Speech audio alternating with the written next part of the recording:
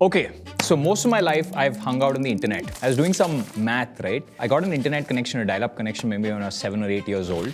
I've sat on MSN forums, I've sat on Discord, I've sat on X, I've been on Reddit, and it's just been a very long time. But in the last 1 or 2 years, something's changed.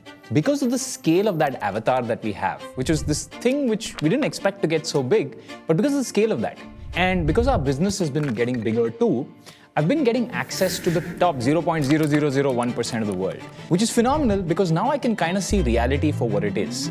Everyone is making it up as they go along, even people who run the economy basically.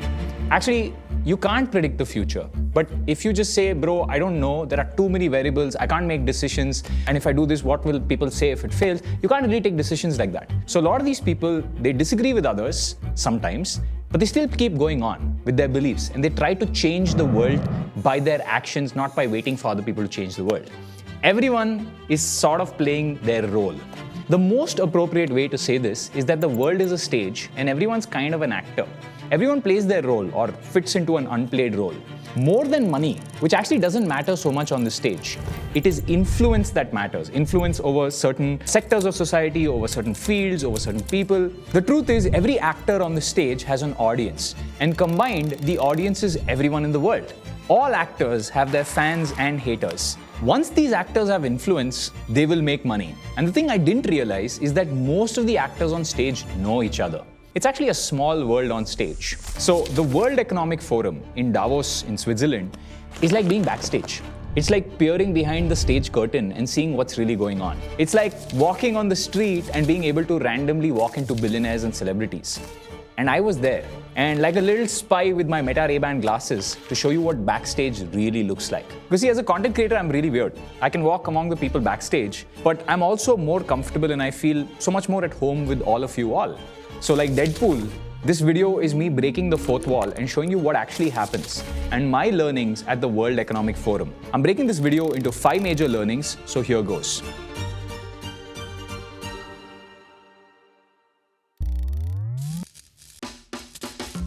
So I was invited by the YouTube team and I landed in Zurich and I was taken by a car to Davos. Now Davos has really tight security because of protesters. When protesters realize that the world's most influential people are gathered together, they try to protest and get their causes out there. I think this could be a good thing or a bad thing depending on how you look at it. Sometimes the world's most influential are blind to certain topics, and protests are a good way to get in front of them. But they can also be severely disruptive if the things being protested are trivial. Anyway, I had to wait 1 extra hour in the cab thanks to some protests going on. Also, I forgot to mention it was really cold. It was minus something and it was snowing. I know this is not a related topic, but I really like that weather. But of course, parts of my hands and face kept freezing. So I was staying at the Google Alpine Inn, like I told you, YouTube had invited me. And every major company and nation in the world has their own house. That's right, Davos is full of houses. Salesforce has their own house, so does Intel and Qualcomm and India and even Africa. During the day, you can enter any house. The houses also many a times have lodging. So the house delegates don't have to find some other place to stay. All the houses are designed very differently, representing their brand colors and vibe.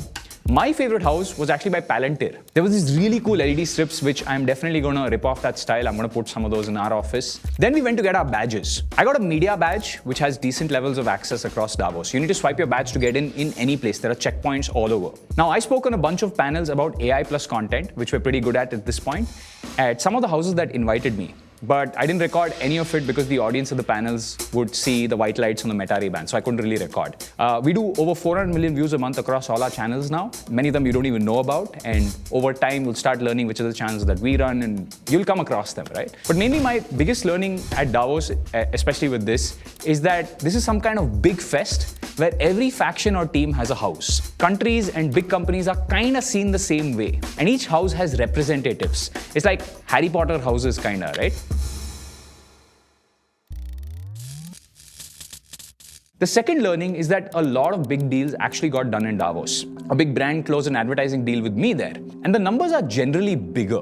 I think everyone goes to Davos in this vibe of, oh, I'm here to close big deals or something like that, right? Because you know other people are doing it, you kind of get into a mood of also doing it.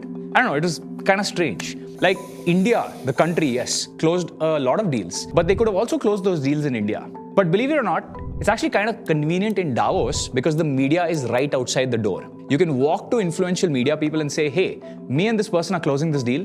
Please go report on it. And they report on it. In India, if you're sitting here, you have to go through traditional channels. People are busy. You have to really think about the news cycle. But there, the media representatives are right outside. I mean, like I told you, it's backstage. People already know they're going to close a deal. It's not like the deal happened there. It's not like the decision-making happened there. The closing, the signing happened there. No decisions are really made in Davos. That is pre-decided. But the final sign is sometimes done there and reported there. Okay, my third learning is that the parties suck. At least the ones I went to.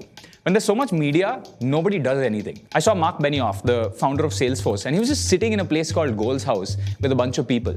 Because see, they also can't do stupid stuff. Because if you do stupid stuff, the media will report on it. Nobody really does anything. Or maybe I just didn't find any insane stuff going on because I wasn't invited to any of those parties. But I found it very boring. Just sitting and eating. I mean, especially the parts after the sessions, right? The nights. And because you don't know the others. It's basically like you're talking about basic stuff, like what's the weather in your home place or something boring like that. Before we move on to the next part, I want to share something that could help if you're hunting for a job as a fresher. The demand for video editors is real and finding a good one is hard. We have been fortunate in this case as we hire directly from AV's video editing cohort. Almost all of the editors on my content team are from their cohort. So if you are looking to break into video editing and work with creators like me, check out their free editing masterclass and get a glimpse of their 3-month intensive editing cohort that can help you land a job. Their recruitment network is 750 plus companies strong. So your odds of getting hired are high if you work hard. The link is in the description. Now back to the video.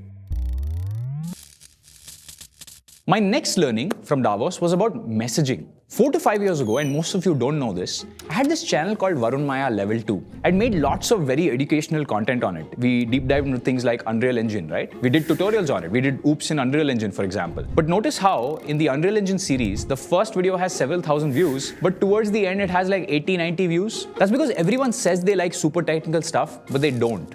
The masses really get bored of it.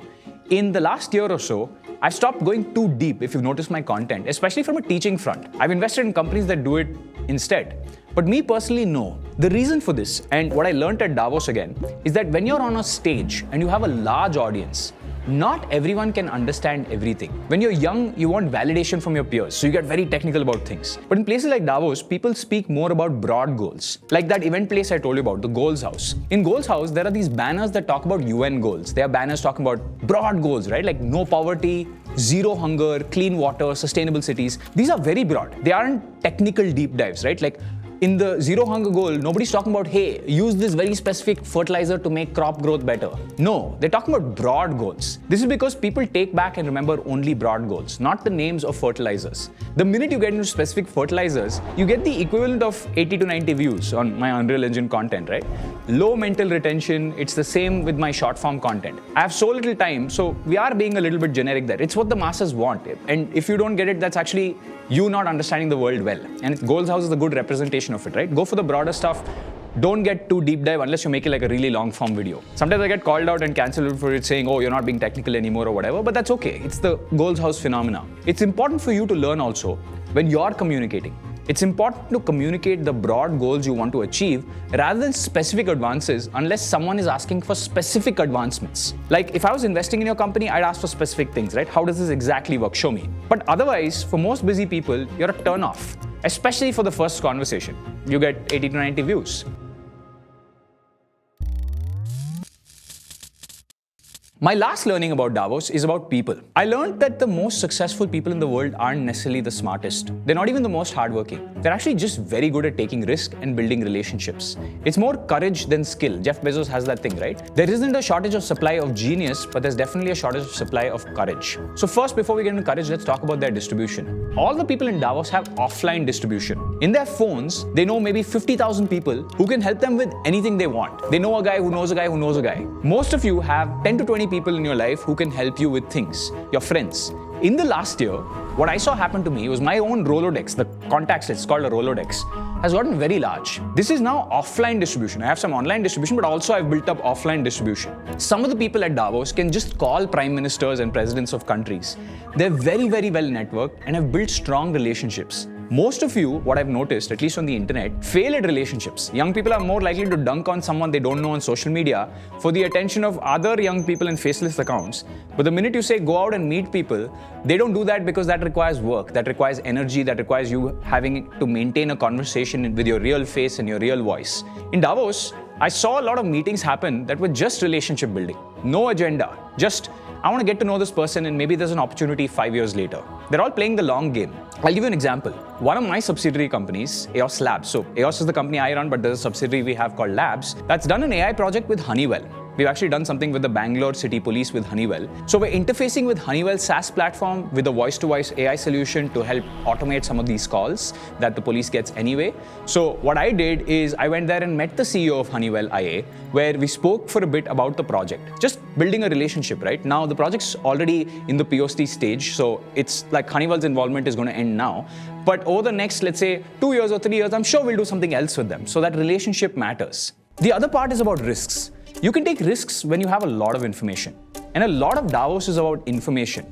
I know what new AI models and AI tools are around the corner.